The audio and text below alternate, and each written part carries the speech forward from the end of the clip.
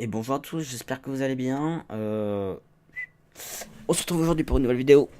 Vous avez vu mes magnifiques pieds passer à l'écran. Aujourd'hui, on va parler de quelque chose, d'une vidéo plutôt spéciale, vois-tu, vu que tu vas entrer dans mon intimité et dans ma vie privée.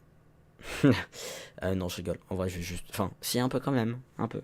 En gros, de quoi on va parler dans cette vidéo? Tu l'as vu dans le titre, on va parler des voyages de 1 an à l'étranger. Les voyages de 1 an à l'étranger, c'est ce que j'ai 85% de chances de faire l'année prochaine. Parce que voilà, c'est en train de s'organiser, tu vois. En gros, je vous explique le principe. T'es étudiant, t'as pas encore ton bac, tu stoppes tes études pendant 1 an, et pendant ces 1 an, tu vas à l'étranger faire tes études autre part. Le seul problème, c'est qu'en France, une année d'études à l'étranger, d'ailleurs c'est un pays retardé par rapport au reste de l'Europe, une étude d'année à l'étranger ne compte pas comme une année d'études en France, comparément aux autres pays d'Europe. Par exemple, je m'arrête en première, entre la première et la terminale, je pars une année aux États-Unis. Cette année-là ne sera pas comptée en tant qu'année en France. Alors que ça veut dire que quand je reviendrai, je devrais faire ma terminale quand même. Tu vois le truc, tu vois le délire. Alors que par exemple, si je suis en Belgique, ou je ne sais pas quel autre pays, ouais, on va prendre la Belgique en exemple.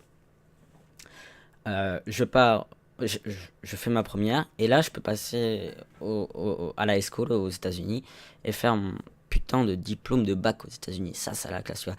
Euh, voilà, ça c'est un problème. On peut pas avoir d'équivalence. Il n'y a pas d'équivalence entre les différentes années. Et bizarrement, la France est le seul pays pour ça.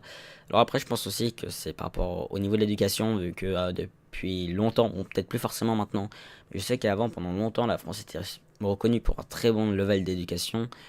Euh, je pense que ça a changé entre temps, mais ils essaient de rester sur le même principe. Le truc, c'est que la France reste sur la même base dans l'éducation, alors que les élèves changent. C'est ça que je trouve qui est problématique. Bref, revenons au sujet. Aussi, moi je partirais. Parce que plusieurs choses. Plus tard, je tiens à faire des études à l'étranger. Pour faire des études à l'étranger, j'ai besoin d'avoir, enfin aux États-Unis de préférence ou au Canada, j'ai besoin de passer un test qui est le test TOEFL. C'est un test d'anglais que tu es obligé de passer si tu veux partir dans un autre pays ou dans une université loin. Le problème, c'est que actuellement, pour ce test, j'ai pas forcément le niveau. Et vu que je suis en première, d'ici la terminale, je pense pas pouvoir passer le test. C'est pour ça que je tiens à faire une pause entre les deux, pendant lequel je fais tout mon anglais. Enfin, je pars dans un pays anglophone, de préférence. Oui, surtout dans un pays anglophone. Pour en 1 an avoir la chance de pouvoir devenir quasi bilingue. Tiens, je reçois des messages sur TeamSpeak. Et pouvoir aussi réviser mon année première que j'ai fait, que je suis en train de faire. Et en même temps, à m'avancer pour l'année de terminale. C'est ce qui me permettrait, en fait, pour quand je passerai le bac en France, d'avoir pu bien réviser, d'avoir pu bien tout faire, d'être au taquet pour ce bac en France, avoir une bonne mention, et quand je reviens passer mon test TOEFL dont j'ai parlé, qui me permet justement de pouvoir aller étudier à l'étranger après. Voilà. Ensuite, au niveau des organisations, comment ça se passe? Comment ça se passe? Il y a énormément d'organisations, et franchement, dans toutes les organisations que j'ai trouvées, la plus simple, pas forcément la moins chère, mais la plus simple, dans des prix médiums, c'est l'association, il se faut quand même du fric, hein. L'organisation web, dont je mettrai le lien dans la description. Euh, sur cette, c'est surtout le site web le plus simple. Franchement, je suis arrivé dessus, je me suis dit, là ils ont fait pour que les gens comprennent. Là ils ont fait du bon taf. Et après il y a aussi l'ISP en notre organisation. Franchement, web c'est, je pense, la meilleure pour moi. Je vous dirai de toute façon à la suite de mon expérience. Je continuerai à faire des vidéos pour vous dire où ça en est. Pour l'instant, d'ailleurs, où ça en est actuellement. Actuellement, on est en train de voir pour réunir les fonds, vu que ce voyage coûte quand même, un coût important, vraiment important.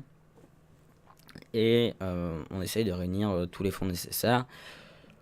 Après, il y a plusieurs programmes, hein. Il y a par exemple, aux États-Unis, t'as un programme classique aux alentours. Tiens, on va parler d'argent, aux alentours de 10 000 euros.